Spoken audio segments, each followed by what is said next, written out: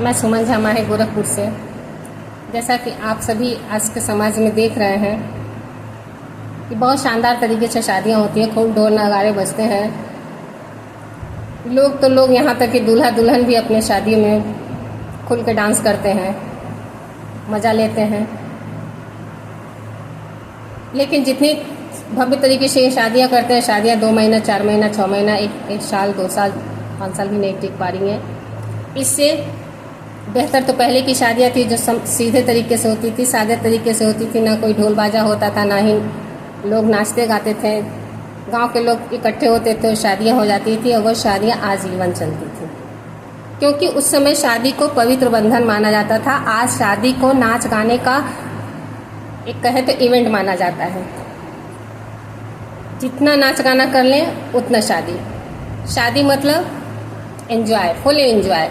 शादी के बाद भी उन्हें एंजॉय चाहिए। उस एंजॉय में थोड़ा सा भी अगर आप दखल अंदाजी करते हैं तो फिर वो अपना जो अंदर का छिपा रूप होता है, रौद्र रूप, वो दिखाना शुरू करती हैं और फिर धीमे धीमे वो आपके काबू से बाहर चली जाती हैं।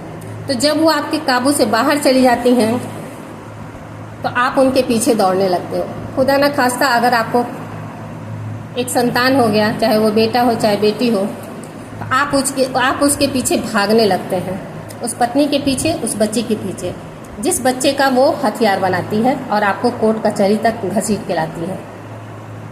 सच मानिए तो उनको अपने बच्चे से भी मोह नहीं है।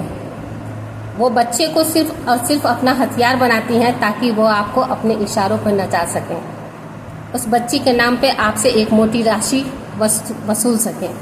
पैसा वो आपसे लेंगी और ऐश वो मायके में करेंगी।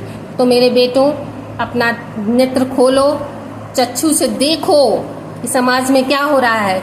एक तुम्हारे ही साथ नहीं हो रहा है, बहुतों के साथ ऐसा हो रहा है।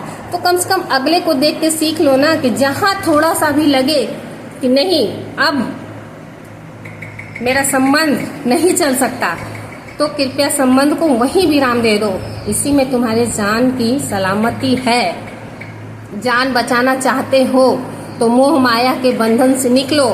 रही संतान की बात, तो संतान के लिए तुम्हें कोई न कोई लीगल स्टेप उठाना पड़ेगा ताकि संतान से तुम मिल सको या संतान तुमको मिल जाए। लेकिन संतान के पीछे भागोगे तो हश्र वही होगा जो आए दिन हो रहा है। तुम तो अपनी जान से जाओगे और वो ऐसे रहेगी, क्योंकि तुम्हारे मरने से किसी को कोई फर्क नहीं पड़ता। तो मर भी जाते हो, अगला कोई एक आंसू बहाने वाला नहीं है। जो तुम्हारे शादी में डांस कर रही थी ना, वो तुम्हारे मरने पे भी डांस करेगी, इतना जान लो। क्योंकि उसको नाचने की आदत है, उसको नागिन डांस करने की आदत है। वो शादी में भी डांस करेंगी और तुम्हारी मैयत पे भी डांस करेंगी। इसलिए अपने आप को संभालो, मौत से डरो। जियोगे तो लड़ोगे, जिंदा रहोगे तो लड़ोगे, और लड़ने के लिए जिंदा रहना जरूरी है। इसलिए ऐसी के पीछे तुम भागना छोड़ दो, अपना करियर देखो और जो कानूनी कार्रवाई होती है वो करो, अपना फ्यूचर देखो, जिंदगी बचाओ। 2 दिन की जिंदगी है, इसको वो खत्म कर दे रही है। तुम तो अपने जान से गए, उसके सेहत पे कोई असर नहीं पड़ा। भारत के कानून को तुम जान ही रहे हो। सजा होगी नहीं होगी, कभी होगी नहीं होगी, होगी या नहीं होगी, इसकी भी कोई गारंटी नहीं है, क्योंकि सारा खेल पैसे का है, सारा खेल महिला का है, सारा खेल, सारा वोट, सारा जितना भी है, ये महिला लोलुप सरकार, महिला लोलुप कानून महिलाओं को कभी भी दोषी नहीं मानती है।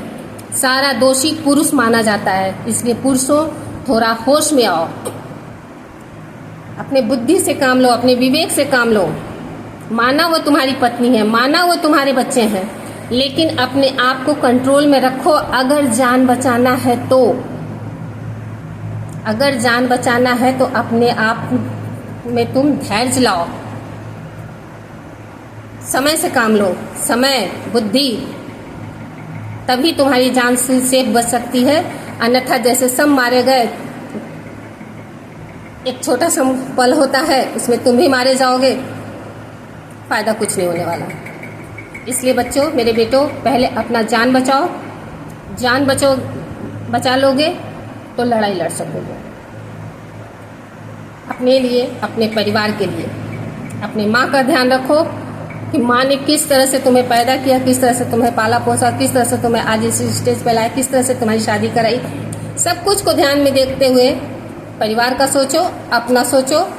पत्नी और बच्ची के लिए जैसा वो करेगी, कोर्ट कचहरी है ना, लड़ने की ताकत रखो, मरने की नहीं। लड़ना जरूरी है, मरना नहीं।